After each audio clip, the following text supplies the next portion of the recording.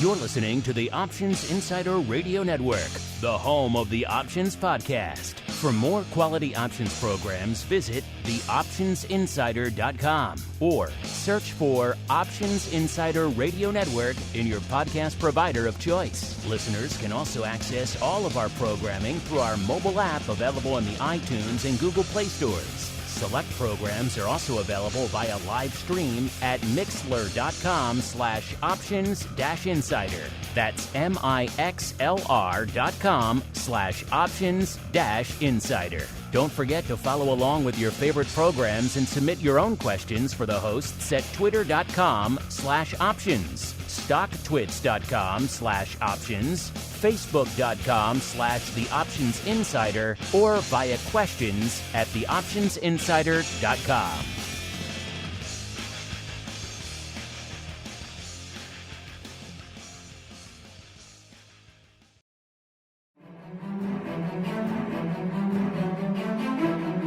The futures markets can be downright scary.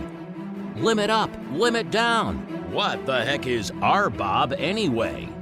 Are they going to dump a truckload of soybeans on your front lawn if you click the wrong button? Come to think of it, maybe you should just stick to your comfort zone. Or you can break out of it with the Futures Rundown. The Futures Rundown is here to help you make sense of these scary markets. We'll analyze all the top futures trading activity, explore the ins and outs of your favorite products, explain exactly how futures work, and hear from leading experts in the futures markets. We'll even tackle all of your wildest futures trading questions. If it involves futures, then you'll hear about it on the Futures Rundown. The Futures Rundown is brought to you by T4 Futures and Options. Elevate your trading experience with the T4 Futures and Options trading platform. Whether you prefer desktop or mobile applications, T4 delivers low latency and professional grade functionality for both traders and brokers. Take advantage of theoretical sheets, strategy solver, MBO, advanced charts, and a suite of powerful features to enhance your trading strategy. Visit ctsfutures.com or search for T4 Futures and Options on Google to register and get a free month. And now, it's time to break into the futures markets. It's time for the Futures Rundown. All right, everybody. That music means it is time for the Futures Rundown. Today, it also means it is time for a wild one. Buckle up, strap in. We are going into some historic, unprecedented waters here on the show today. Should be a fun one. Remember, if you want to join us for the live, you don't want to wait for the podcast to hit. You want to, of course, get pro Q&As like we had earlier this week with the nemesis of a certain person on the show today, a.k.a. Mr. Dr. Vix, a.k.a. Russell Rhodes. That was a hot one just yesterday. Really good time to be talking about vol, and we did all that on the Pro Q&A. If you want to check that out, you want to join us for what weird and wild trades we're seeing and indeed putting on. That's on Options Oddities every week. You get your own podcast feed. You get a lot of great stuff. Only place to get it, theoptionsinsider.com/pro. is the place to go to learn more. As we are joined by the nemesis of our Pro Q&A guest yesterday. Yes, none other than Miss Carley Garner from DeCarley Trading. Carley, I'd say welcome on, but it's a bit of a wild day. How you doing today? How you holding up so far? Carley, are you there? Can you hear me? Yep, I'm here. Sorry, it's been a super wild day. The only thing that I can say is that I'm breathing. So I'm not dead, but I feel dead. Is the phone just ringing off the hook like crazy today? Oh, you can't even imagine. It's just wild. I mean, it's good, obviously good for business, and we've had some luck. So luckily we've been on the right side of a lot of things, but it's super exhausting. Very exhausting. All right, before she collapses, listeners, let's dive right on into the trading pit. It's time to break down all the action that's lighting up the futures markets this week. What's limit up and what's crashing and burning? Let's find out. It's time to enter the trading pit. All right, I have a lot to get into, but Carley, I planned to start today with you anyway, just getting your thoughts here at the top of the show on the massive nigh on unprecedented volatility we've been seeing in the equity markets and in other markets like, metals and fixed income and everything. But then, of course, they had to drop the other shoe today. Right before we started the show, we've been selling off for pretty much a week now, pretty aggressively in the broad equities and a lot of other related asset classes, listeners. Today, it seems like there might be a little bit of a détente, a little bit of a ray of sunshine there on the trade war front, 90-day halt for most countries, not named China. So the market's liking that. We are seeing a not quite unprecedented, but pretty darn historic. We crunched the numbers on the option block, on options bootcamp just earlier today, and today's roughly 8+% move to the upside. If you take out the wild days of 1933 when the S&P really wasn't what it is today, you really have to go back to 2008 and March of 2020 to find any other days that beat this in terms of upside days. So you're talking really a top 5 upside day for modern market history. If you go back to 1933, you're talking, top 15 probably, but still. Wild times. That said, Carley, the floor is yours. You can vent your spleen. What has been lighting up your tape leading into today? And then what are your thoughts on this nigh on historic rally we're seeing out there today? Well, I've been doing this a long time. I've been in this business for over 20 years. I've only seen a couple of days quite like what we've seen 2 or 3 days of this week. This has really been, as you mentioned, unprecedented. It's really easy to get whipsawed. All I can say is if you're going to trade futures, hedge with options, and or at least make sure you have stops. Keep in mind a lot of traders are learning this the hard way, that stops aren't guaranteed. Markets can gap through them during the overnight session or from Friday to Sunday. But even during the middle of a normal trading day, let's say like on a Monday, if the markets are extremely volatile, it might be that there's nobody to take the other side of your stop order. So just warning people, stops aren't guaranteed. So don't set it and forget it and not look at it for a couple hours, because in these types of markets, we're getting months or years worth of movement in hours. So not a time to not pay attention for sure. So what are the hot products at DeCarley today? Is it all equities all the time? What's lighting up the tape? We were lucky enough to get some S&P trades off before the announcement. Better to be lucky than good. I'm not saying I have crystal ball. It's sometimes you just get lucky. So we've been watching the S&P pretty closely. The bond market kind of crashed overnight. So we bought some 10-year note calls this morning and hoping that rebounds and reverses itself. It feels really odd to see the bond market behaving the way it is.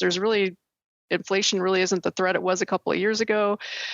It feels to me like maybe it was some sort of hedge fund blow up, or the last time I saw the bond market behave like this was when the SBV bank blew up a couple of years ago. So there's something under the surface that we don't know about. I'm sure it'll come to the surface, but so the financials are really driving the party here. That's something I wanted to talk to you about today, till today's news kind of kicked it to the curb. But you're right, this notion of the bonds not exactly doing what anyone anticipated in this markets. You would think, a little bit of a crash in the broad equities would be decent news for bondholders, and yet not the case. Yields remaining stubbornly high, and bonds taking a bit of a hit. So you're right. It does seem like something else is lurking out there that we're not aware of yet, because this is, I don't know, when I first cracked the finance textbook in school, Carley, they told me they're supposed to move in opposite directions. Isn't that the way it's supposed to go? They're supposed to. That has not been the case since basically 2022. So there's some dysfunction going on there. And we have to, couple just in broad stroke ideas. The bond market for a long time was manipulated by the Fed and monetary policy. So we held rates really artificially low for years. And I think we're still working that out of the system. We have to build, trust back up. We have to work out all the creative programs that kept interest rates capped. And the interesting thing is we actually saw the opposite in the stock market. So while we were artificially holding bonds low, we've been kind of artificially holding the stock market up. And we saw some of that unwind here in the last couple of weeks. So very interesting times. Interesting times indeed. Let's crunch some of the numbers, listeners. And it's so hot today, we may have to do a today breakdown as well. We usually just do what's been happening this week and since our last show, but we're obviously in unprecedented waters here, listeners. just on top of the fact that no one in the modern market has lived through a global trade war. You have to really go back to the days of 1930, really, to see anything like it. So from a modern markets perspective, no one has really seen anything like this. So we are, in many ways, in nigh on unprecedented waters out there, which is why we're probably going to do a top 6 today in terms of what's lighting up the upside this week, listeners, because you'll see number 1 in a second, kind of a bit of a cheat. All right, so number 6/5, listeners, is our old pal Rough Rice, having a good week this week, up 2.42%. It's not going to look that awesome when you see our number 1, but again, that's kind of a bit of an outlier. Number 4, listeners, or 5/4 really, is soybean meal, up 2.58% this week. And then number 4/3, we've got our old pal the yen, 3.36% to the upside. And then we've got number 3/2, our old pal OJ getting some back this week, up 4.03%. And then number 1, really for this week, it's really 2 net on our list, but really should be number 1. It's our old pal, the Swiss franc, up 4.77%. Now take all of that and forget it when I give you the number 1, listeners, because it's just a beast. It's our old pal, the VIX. This is what happens when you include VIX futures in the rundown, listeners. The VIX up 88.5%. since our show last week. I mean, just wild times. Now, of course, it's coming crashing back to earth today. So if we look at today's movers, going to be a bit of a different story. But that's why we do a top 6, because VIX, kind of a bit of an outlier. It's not really fair to include VIX along with Rough Rice. That said, Carley, anything catching your eye in our upside top 5/6 of rice, soybean meal, the yen, OJ, the Swiss franc, and for good measure, the VIX? Well, obviously the VIX stands out due to the sheer size of it. But I will point out, when markets get this volatile, they can get a little more crazy, but they generally don't. And so be very careful if you think that buying options is a great way to go because you have limited risk. The reality is that the VIX will get what's called a VIX crush, and the volatility will come out of the options, and it's going to be a tough game trying to buy options from here. So maybe trade mini or micro futures with stops or some sort of option spreads, but that VIX will come back and bite people. All right, listeners, let's go out and see what's biting to the downside right now this week. Again, we have a 6-name list. You could probably guess why here this week, listeners. We've got number 5/6. We got high-grade copper giving up the ghost this week. Downside a lot more stark than the upside this week, with the exception of today, obviously. Off 16.5% is copper this week. And then number 5/4 is good old RBOB, off 18.67%. And then number 4/3, we got our old pal crude oil, off 19.4%. With all this trade war talk going on, a lot of people thought demand was going to start drying up. Either way, we've got crude oil 19, almost 20% to the downside this week. That's Brent. And then right behind it, we have WTI coming in off 20.23% at the number 3/2 spot out there, listeners. And then the number 2/1, listeners. It's been this way for a while. You know what it is. It's Ether at this point. The micro and the big futures off 21.66 and 21.71% respectively this week. So wild times, crappy times out there in Ether. Now, if you're upset about Ether, I may have some data to share with you in a little bit that may turn that frown upside down. But Carley, what are your thoughts here on our downside movers this week? Copper, RBOB, Brent, WTI, and Ether. The copper move, I think, is probably the most significant out of all of those. It's been a really wild ride. If anyone that's following copper knows, it rallied up above $5. In fact, almost got to $5.50 on the idea that there was going to be tariffs and they were going to directly impact copper, and everything got really wild. And then there was a rug pull and we dropped over $1 in a very short amount of time. So this has been a really, really crazy market. But pay attention to $4. As long as copper can hold $3.90, $4 area, which I believe it will, I think it'll bounce out of here. That's actually a sign that maybe things aren't as bad as they feel. Like, it feels really bad because the stocks are all over the place and crude's tanking. But if copper can hold $3.90, $4, that's a sign that maybe there is some economic activity going on down there, and all this is just noise. So stay tuned. Speaking of noise, listeners, we're getting a lot of noise in the market today. It's such an unprecedented day out there, listeners. Let's look really quickly and see what's moving and shaking just today. I said we might have some good news for you Ether bulls out there. We said we're selling off quite a bit. It is still selling off for the year. But today, getting some of that back, up 11.6% is Ether, our number one upside mover. 8% for the S&P mid-cap. The NASDAQ up 9.45%. My goodness, the NASDAQ. OJ up 10.65% today. The S&P E-minis up a paltry 7.5% today.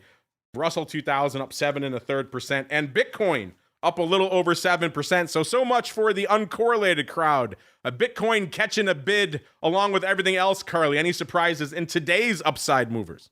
Honestly, I think they're all surprises, right? So it's been one of those days. I guess technically they are. You are correct, yes. Yeah, I mean, all we can do is take this day by day. A couple things I'll point out, if we're talking about, like, for example, the rally in the S&P or the rally in crude oil, they've been massive from the lows. But what was previously support is now going to act as resistance. So if we're talking about crude oil, $65 a barrel is going to be pretty sharp resistance. And in the S&P, we're looking at like 4,500, 4,400. And the S&P is going to be 5,400. Sorry. Such big price moves, the handles are getting mixed up. 5,400 and the S&P is really thick resistance. So everything looks great today. Let's see what tomorrow looks like. Could be a different story. I hope not, but it could be. Let's talk a little downside out there today. Yes, some things are actually losing value today, Carly. It is possible. I know it seems unprecedented. Obviously, obviously one of them is going to be pretty obvious when you heard about what we were talking about earlier in our number one listeners. Let's do a quick bottom five here today. Number 5 off 1%. Let's go to number 4. Let's go to ethanol off 2% today. Dry whey 2.17%. Sugar off 2.25%. And you could probably guess the number one downside mover, listeners and Carly. Yeah, it's the VIX, giving up nearly 30% just today, Carly. So wild times. Do you have any VIX or vol traders over there at DeCarley? We have a lot of option sellers and option spread traders. We actually did a butterfly spread yesterday in the S&P. A downside, we were able to get a 500-point spread for $1,000. Now, obviously, the market rallied today, but I wouldn't be shocked to see us go down and retest lows and do that sort of thing. So the volatility is awful if you're already in with short options, but if you're not, it's a really amazing time to put on some nice option spreads. Even with limited risk, you can get some really high probability. Well, maybe not high probability, but high payout, low risk, limited risk spreads, and just see what happens, because nobody has a crystal ball. You have to be in it to win it. That's what I say.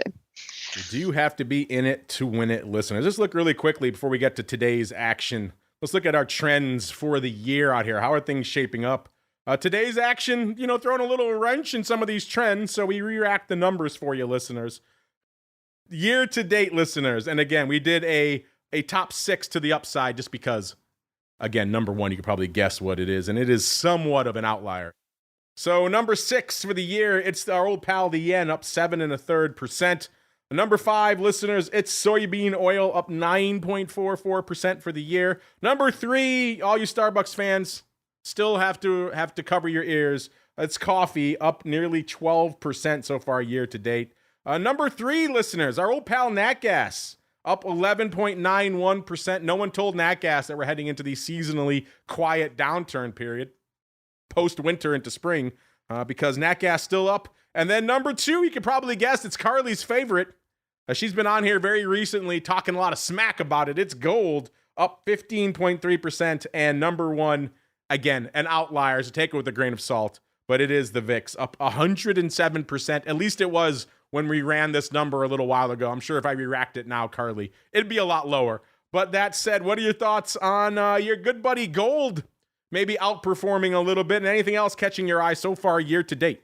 Well, we are net short gold using options, so we've got room for error, but I don't love to see what I see today. However, this is kind of par for the course for gold. It never gives up the ghost easily. So as of now, I still think we're in the process of a top. A process is not a day. It's not an event. It's a it takes some time.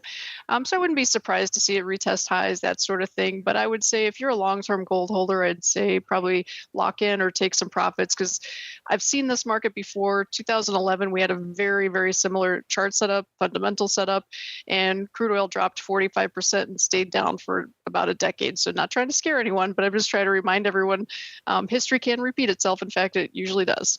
All right, let's go to the dark side now for the year, listeners. Again, we're doing a 6. You can guess why. Number 6, it's good old cocoa off 20.75%. Followed by number 5, the Russell 2000 was having a rough year so far. Looking a little bit better now, but off 22.14% is the Russell 2000. And let's just look really quickly. Let's do an updated number to make sure that, let's just see where year to date, how bad the Russell 2000 is still hanging out. Yeah, it's even with today's latest move, it's still off 15.61%, listeners. So, a rough year for the small caps, but looking a little bit better. Your nemesis, Dr. Vix, yesterday was talking about how he was starting to position himself in small caps. So he's looking pretty good today. But number 4, listeners, we've got dry whey off 34.5%. So just a whey apocalypse out there. Number 3, you know what it is. It's OJ off 45.22%, and then 2/1. It's the Ether, micro and the big, 56.62% to the downside. Again, getting some of that back today, but Carley, all the Ether bulls, they were coming into this year, hoping this was the year for the turnaround, a year for ETH to catch up on Bitcoin and Solana, and instead, it's leading the charge to the downside, Carley. I'm not smart enough to have a specific comment on Ether or Bitcoin, but one thing I can say is we're having a similar conversation in gold and silver, right? Silver's been lagging gold, and there's the idea that silver's going to catch up to gold. And I think that that's actually a false premise. I think they both roll over together. We've seen silver do the opposite of catching up with gold in the last couple of days, and I think that's going to continue. So maybe that applies to Ether and Bitcoin. I'm not sure. I'm not that smart.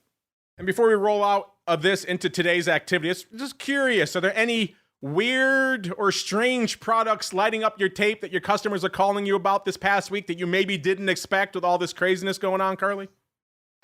We have a lot of clients that are interested in grains today, which is not really unusual for our clients, but what isn't unusual is with all of the chaos that's going on in the financials and the currencies and everything else, the grain markets have been actually kind of quietly constructive. So while everything else is crashing down, the grain markets, which suffered the biggest losses during the last tariff war, or arguably the biggest, have actually performed just fine. So we have a lot of people that are focused on grains. Interesting. They're going for what are, at least right now, the comparatively quieter markets, Carley. Correct. They're like, you know what? The hell with all this equity noise or the metals or rates or all the other products that are just going crazy, crypto. Mm-hmm. Let's go to the comparatively quiet waters of the ags, listeners. Does that count as you, listeners? Are you heading out to ags for a little bit of calm? Are you just sitting in cash because this is all too wild for you? Hit us up, let us know. Let's see what's lighting it up today, Carley, shall we? Because it's a wild day, just to put it mildly out there, listeners. All right, let's do a top 15 because it is wild. And we thought we'd just keep everything in today, including the micros, because it's just one of those days, listeners. So we'll expand it to a top 15. Number 15, again, this was right before the show started. I'm sure there's more volume that has snuck in as we've been talking here. Number 15, we're going out to the euro, going out to the land of FX, the June contract, 383,000 contracts on the tape. Of course, Europe meeting, talking about retaliatory tariffs against the United States. So FX very much in the headlines right now as we're talking trade wars and tariffs. Number 14, keeping it in the land of FX. It's the yen, also going out to June. In fact, looks like most of these are June with the exception of 2. You'll hear those in a second, listeners. So the yen, 414,000 contracts on the tape there for number 14. Number 13, our good pal, Mr. Dr. Vix, will be happy to hear that his long Russell is paying off. You know, Russell being long Russell. I'm sure there's some meta to that. The Russell 2000 E-mini putting up 424,000 contracts and the number 13 spot. Number 12, listeners, we're going out to crude oil. Crude oil, aka WTI, number 12, 527,000 contracts. Also one of the few non-June contracts on our tape today. It is the May WTI contract, so even more near dated. Number 11, our first rates in our top 15. That should show you where all the rates are hanging out. They're all in the top 10. It's a hot time for rates. Number 11 is the Ultra T-Bond. 799,000 contracts on the tape. Number 10, to the realm of equities we go. It is the NASDAQ 100 E-mini. 857,000 contracts on the tape. The NASDAQ, like a lot of indexes, having a good year just today. The index is average, usually around, 7-8% in a year. Putting that up today and then some. So wild times in the NASDAQ. Number 9, back to the rates we go. It's the 30-year, 1.24 million contracts on the tape already. Number 8, our old pal, 3-month SOFR, the other non-June contract on our most actives today. We all know if you've been listening to the show for a while. In fact, Carly and I did a deep dive on all the questions you might have about SOFR. Check out that episode if you are intrigued or perhaps a little bit intimidated by that product. I get it. But SOFR trades on its own schedule, its own rules of engagement. It likes to hang out in December, and that is the case again today. The DEES contract, nearly 1.6 million contracts, listeners. It's 1.59 million contracts on the tape as we kicked off the show. Number 7, keeping it in the rates, it's the Ultra 10-year, and yes, everything else is June, listeners. It's the Ultra 10-year, 1.67 million contracts. Number 6, going back to the realm of equities, it's the E-mini, 2.2 million contracts on the tape already. Number 5, off to the realm of rates again, it is the 2-year, 2.46 million contracts on the tape. Number 4, going back to the realm of equities, a product we usually excise from this list because it's a micro, but we'll keep it in there for today. It's the S&P 500 micro, 2.64 million contracts. Number 3, keeping it in the realm of equity micros, it's the NASDAQ micro, 2.681, so about 20,000 more contracts on the NASDAQ micro versus the S&P micro. It makes sense. NASDAQ outperforming a little bit to the upside today. And number 2, back to rates, it's the 5-year note, 3.57 million. And the big dog today, Carly, once again, it's the 10-year. Nothing can displace the 10-year these days. 4.57 million contracts on the tape already. So pretty much double what we see in an average day at this point of the day already right now. Carly, anything interesting, any surprises in that list of our top 15 most active today, Carly? Not really any surprises, particularly in the treasuries. As I mentioned earlier in the show, the overnight session was completely wild. A lot of you might have even missed that. Basically the 30-year bond has dropped 10 points in 3 days. I don't think that's. I'm not going to say it's ever happened, but I've never seen that happen. And I've been doing this for a very long time. 20 years, I don't think I've ever seen that happen. And it looks like we're erasing most of those losses. So that's interesting. So I assume that there were a lot of people that were liquidated, maybe forced liquidated, maybe stopped out, maybe panicked out, and then rebought. So it makes sense that would be a very high volume contract because, I hope that they rebought because I'd hate to see anyone get stopped out at the low and then look at the quote board at the end of the day. That's a bad trading day. We've all been somewhere in that vicinity, and it's never a good feeling out there. So yes, whoever happens. Whoever did get stopped out or forced out of that level, that's a bit of a rough one, listeners. But you know what's never rough? It's your questions. Let's get to them now. A little bit of the old futures free-for-all. Ring the bell. It's time to take on all comers in an epic Q&A battle royale. All questions can enter, but none can leave without an answer. It's time for the Futures Free-for-All. All right, listeners, wild times. If you're listening live, if you guys have some questions, need to be talked off the ledge. I get it. It's a wild time. They're talking about all their inverse vol trades that they're putting on there in the live chat. I get it. It's a good day to be slinging some SVIX out there, listeners, a pretty active one. They want to be talked off the ledge of trading more. I hear you. Sometimes it's tempting to overtrade on days like today. But Carly, we had some interesting polls and questions of the week out there this week. I want to get your thoughts on, including just yesterday when we saw another whipsaw day. It started off rallying, then we saw some whipsaws. We thought, you know what? Good time to ask our audience, quite simply, are you buying what the market is selling? Is this a real rally? Does this have legs, or is it just a dead cat bounce? And Carly, 82.2% of our audience said fade this, stay short or stay in cash. Only 17.8% made what turned out to be the right trade, Carley, which is they said, get long SPX now, because if you did that, you're up somewhere in the ballpark of 8%, Carley. So what are your thoughts? Our audience fading it looks like to their peril today. You know what's interesting about this is the 80-20 rule right there flashing us in the face. And I found this to be true, and I'm not trying to insult anyone. I'm wrong all the time. But generally speaking, 80% of the time, or 80% of the people are generally wrong about market speculation, and 20% are usually right. So that's pretty par for the course, to be honest. I hate to say that, but that's reality.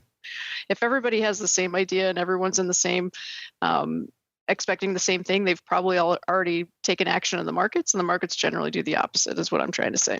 I know it's a futures show. We had a question of the week last week I want to get your thoughts on as well, Carley, because you do sling a few options over there, and also you've written a few books about options.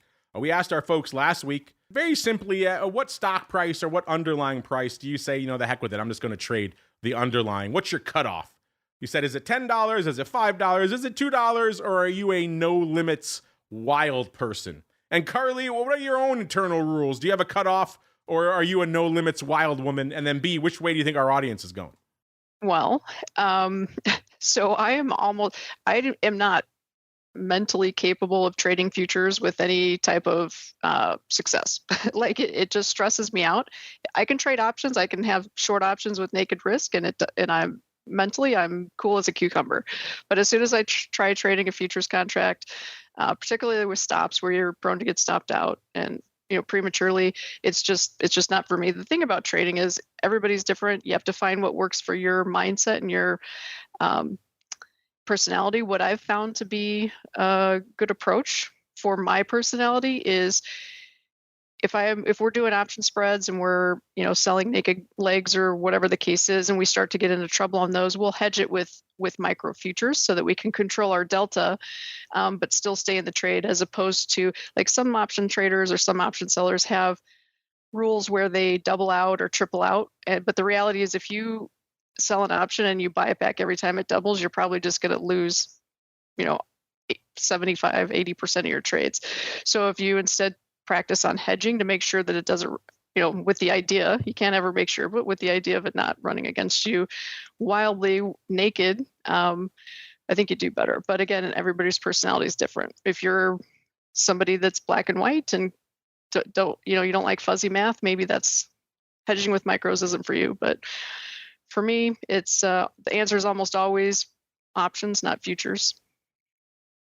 All right. Our audience, Carley, they are a bunch of no limits wild people. Well, what I can say is I have been doing this long enough to recognize that a lot of people actually hurt themselves using stop loss orders. I know that sounds crazy because everyone says don't trade without a stop, because darned if you do, darned if you don't. But so many people place a tight stop and they get stopped out on 90% of the trades, and then the one that they went on, they only make a few bucks. So it's mathematically impossible to make money. So you have to be very careful. Stops are fine as long as you're using them correctly based on your win-reward ratio. All right, I found the results, Carley. Here we go. Okay. And our audience, a bunch of no limits, wild men and women, Carley, 38.1% said they will trade options on anything all the way down to a penny. They have no limits, Carley. And then 28.6%, so number 2, going for the more traditional cutoff of $10, Carley. Number 3, 23.8%, say $5, also a reasonable level. 9.5% went with $2, Carley. That's their cutoff. Wow. So, okay. Wild stuff. If we're talking about premium paid, I guess I have misunderstood the question. But here, this is my rule of thumb. Every market's a little bit different. But I generally, if I'm just buying options outright, I would probably don't ever spend more than $800 or $900. So that's maybe a more appropriate answer. There you go. Listen, that's Carley's rule. Before we get out of here, Carley, we got a question in our live chat for you. If you think you can handle one more on a wild day already. This comes from Nichols. He just wants to know, is Carley still fading silver here? It's had a decent down move. And yeah, Carley, you've made no secret of your lack of love for the shiny stuff. Gold's had a decent rally, but silver has come under some heat. In fact, I think since you joined us talking about how you didn't really like gold or silver, silver has taken a bit of a beating. It's gone from about $31 at the high last week, down to about, we'll see, at least in the SLB product I know a lot of you like to use, down to about $27. It's hanging out, getting a little bit of a lift today, up to about 28, but still, it's been taking a beating of late. Nichols wants to know in the rest of our chat, are you still fading silver here, or has the sell-off changed your mind? Nope, hasn't changed my mind. I think the last time I was on, or maybe it was the time before, I think my comment was something like silver's where hopes and dreams go to die. And I got a lot of heat by that comment, from that comment. But I think if you look at a daily chart, you can see exactly what I'm talking about. Just when silver looks the best, when everybody wants to be long and the trend is confirmed, it drops $6-7 in a couple of days. That's not a market I'm interested in being in. I know this week is kind of unusual, but for silver, that's actually very usual. That's what it does. As far as gold goes, I am not a believer that this gold rally is going to continue higher. I know that's not the most popular opinion, but I'd say the 3,200 we saw a week or two ago probably holds. If not, we maybe make a slightly new high. That's how these markets work. But I think we're in the process of some sort of blow off top. So, and it's, again, like I mentioned earlier, it's a process. It's not a day. It's kind of a longer event, maybe a couple weeks. But I think that's what we're doing. Yeah, I think if you want to go back to your 80-20 rule, I mean, 80+% of people, it seems like, are flocking into gold funds. Didn't they have their highest inflow day ever, I think, this week or last week? So if you want to go by that barometer, Carly, it is time to fade the heck out of gold out here. But great questions. We have to let Carly get back to her phones. I'm sure they're ringing off the hook right now, Carly. I appreciate you taking some time out of an unprecedented busy day to talk with us. Before we go, if our folks want to light up their phone lines for yourselves or maybe follow you on the old socials, where should they go? What should they do? You can find us on X. At Carley Garner is my handle. Our website is www.DeCarleyTrading.com. There you go. Find out all you need to know, listeners, DeCarleyTrading.com. And if maybe you need a little bit of help out here, maybe you need a little bit of guidance in some of the realm of futures, options in particular, make sure you're checking out some of Carly's books as well. Just search for wherever you find your finer books, Carley Garner, Garner, and pick one or two or maybe all three of them up to improve your overall options trading. That's going to do it for us here on the network on just a unprecedented day. Glad to see so many of our pro members are having a good day out there today. They stayed nimble for a day like today, and that helps. Having a little bit of extra capital to allocate for times like this, always a good thing. Stay nimble. I say it all the time, listeners. I mean it quite literally. Stay safe out there. These are historic, unprecedented times we're all living through. We want to see you here in the live chat. We want to see you listening on demand. So stay safe out there. By the way, if you want to join us in the live, you want to get access to the pro Q&As and everything else. I guess a lot of you have questions right now. That's a normal thing. If you want to hit us with questions, the pro Q&A is the best place to do that. theoptionsinsider.com/pro. Back again with our usual array of content throughout the rest of the week until we're back again next Wednesday, another episode of the Futures Rundown. Stay safe out there, everybody.